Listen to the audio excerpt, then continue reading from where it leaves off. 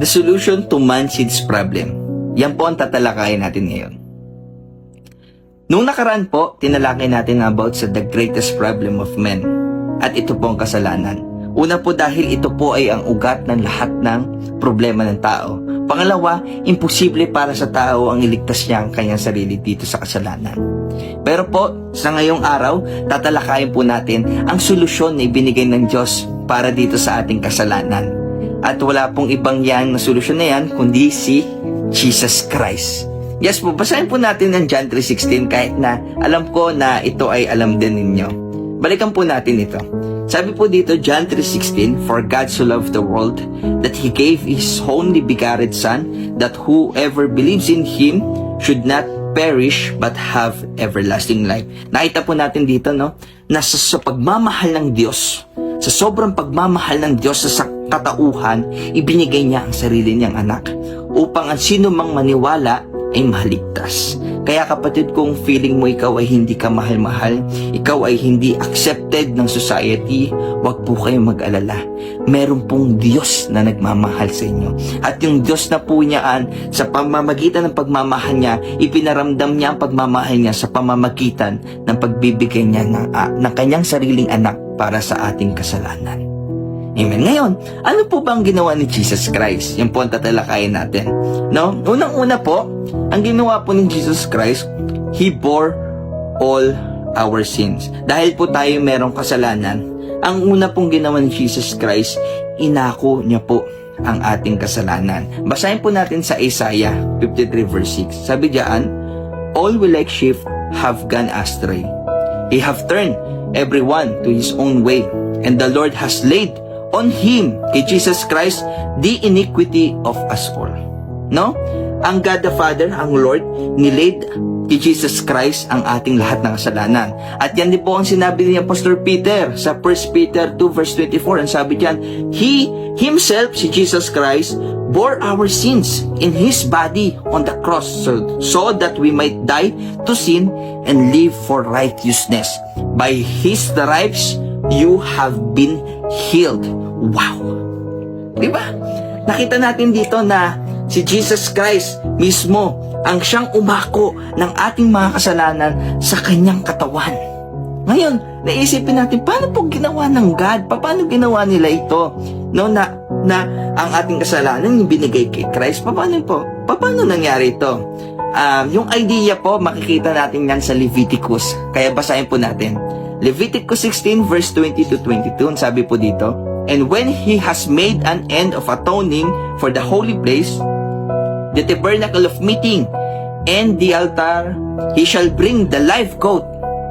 Aaron shall lay both his hands on the head of the live goat, confess over it all the iniquities of the children of Israel, and all their transgression concerning all their sin, putting them on the head of the goat, and shall send it away into the wilderness by the hand of a suitable man. 22, the goat shall bear on itself all their iniquities to an uninhabited land, and he shall release the goat."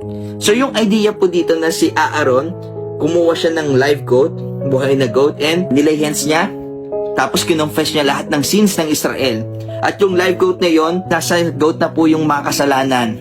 At yung goat na yun ang siyang magbe-bear to itself ang lahat ng iniquities ng bayan Israel. Ganoon din po yung idea kay Jesus Christ. Kaya po, di ba, the Lord laid, no, kay Jesus Christ ang lahat ng ating kasalanan.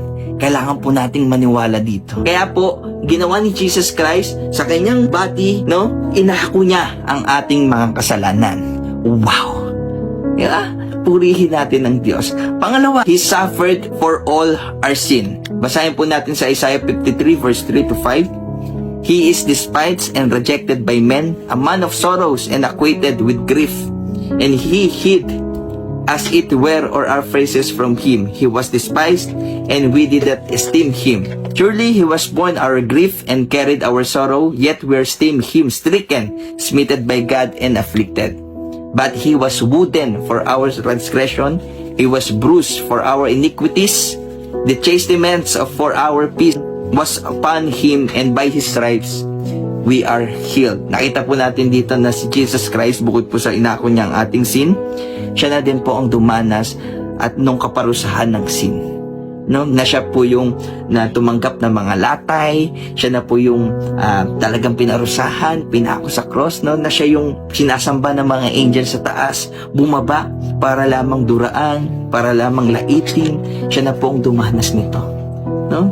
Bukod po dito, si Jesus Christ rin po ang siyang umako ng curse na dapat nararapat para sa atin.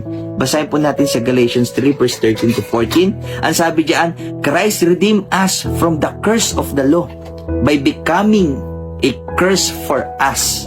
For it is written, cursed is everyone who is hung on a pole.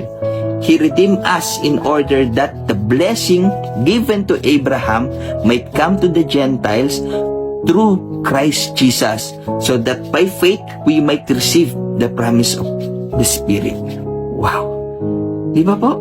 Si Jesus Christ na ang siyang naging curse simula nung pinako siya sa cross, kasi ang mga pinapako po sa cross, ito po yung mga taong sinumpa. Pero si Jesus Christ po, tinanggap niya yung sumpa. Nang sa ganon, ma-redeem natin yung blessing na ibinigay ng Lord kay Abraham. Kaya po, tayo ngayon na tayong naniniwala kay Christ, mayroon na po tayong karapatan i-claim, i-redeem yung blessing. Purihin po natin ang blessing. Pangatlo po, He died for all our sins. Bukod po siya sa dinala niya ang kasalanan, nagsuffer siya, siya po ay namatay para sa ating mga kasalanan.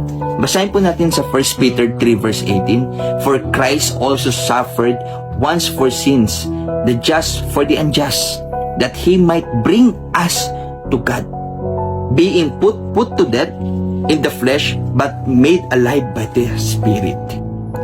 Wow! Diba? Nakita po natin, kailangan mamatay ni Christ. Bakit? That He might bring us to God. Di ba po isa sa consequence ng sin ay yung separation from God.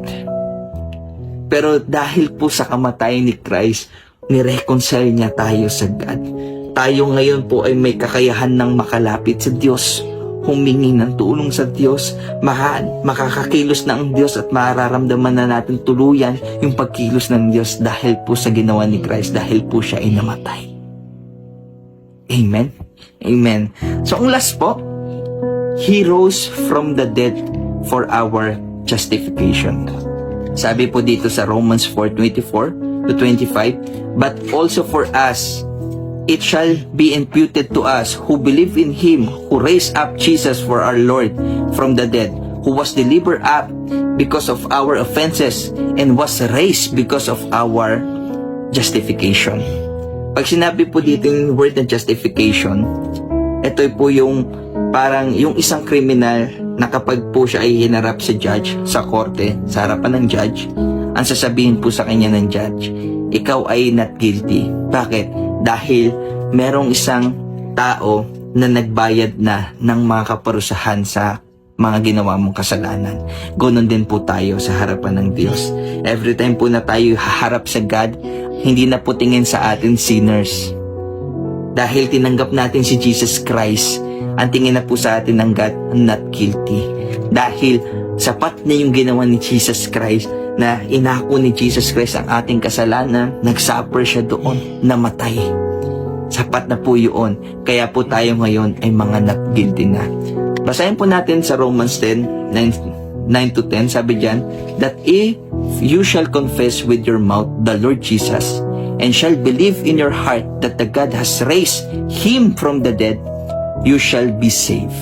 For with the heart man believes unto the righteousness, and with the mouth confession is made unto the salvation. Ang kailangan lang po natin dito, no? I-confess natin na ang Lord natin ay si Jesus Christ, at maniwala tayo na si Jesus Christ ay na-raise from the dead. Sabi diyan, thou shall be saved. No? Kaya ito po ang pinakasikreto Paniwalaan po natin at magtiwala tayo sa ginawa ni Jesus Christ. Tayo po ay naligtas. Tayo po ay ligtas sa pamamagitan ng Jesus Christ. No? Solusyon po si Jesus Christ sa ating kasalanan. Dahil sa kanyang mga ginawa, tayo ngayon po ay ligtas. purihin natin ang Diyos. Ngayon, balikan po natin yung the greatest problem of men, yung sin, yung consequence of sin. Una dyan po yung separation from God. Ating compare po natin yung ginawa ni Jesus Christ. Di pa po, siya namatay to bring us to God. Nalutas niya po ba ang separation from God? Yes po, nalutas. Yung curse, sabi diyan, di ba, si Jesus Christ na siya naging curse.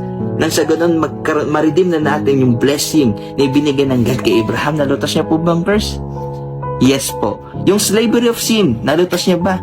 Yes. Di ba sabi diyan, that we might live in righteousness. Kaya siya namatay. Diba? Sabi din sa 2 Corinthians 5:22, diba? Sabi doon, for He made Him, Jesus Christ, who knew no sins to be sin for us, that we might become the righteousness of God in Him. Diba? Hindi lang niligtas tayo ni Jesus Christ sa ating kasalanan, kundi binigyan niya din tayo ng kakayahan mabuhay sa katwiran. Diba? Kaya tayo po ngayon ay just at righteous dahil sa ginawa ni Kristo. Nalutas niya po ba ang slavery? Hindi na tayo alipin ng sin. Kundi tayo po ngayon ay righteousness ng God through Jesus Christ. Amen po ba? Nalutas niya po ba ang slavery of sin? Yes. Yung panglas po yung death. No? Ano yung death?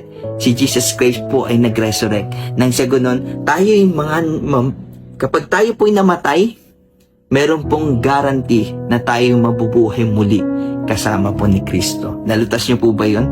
Yes. Kaya po muli mga kapatid, maniwala po tayo sa kung anong ginawa ni Jesus Christ para sa atin. Sa pagmamahal ng Diyos, magtiwala tayo. Dahil sa pagmamahal ng Diyos, ibinigay niya si Jesus Christ sa ating lahat para sa kaliligtas natin lahat. Nawa mga kapatid, purihin natin habang buhay ang ating Diyos sa kaligtasan na ginawa niya. God bless you po.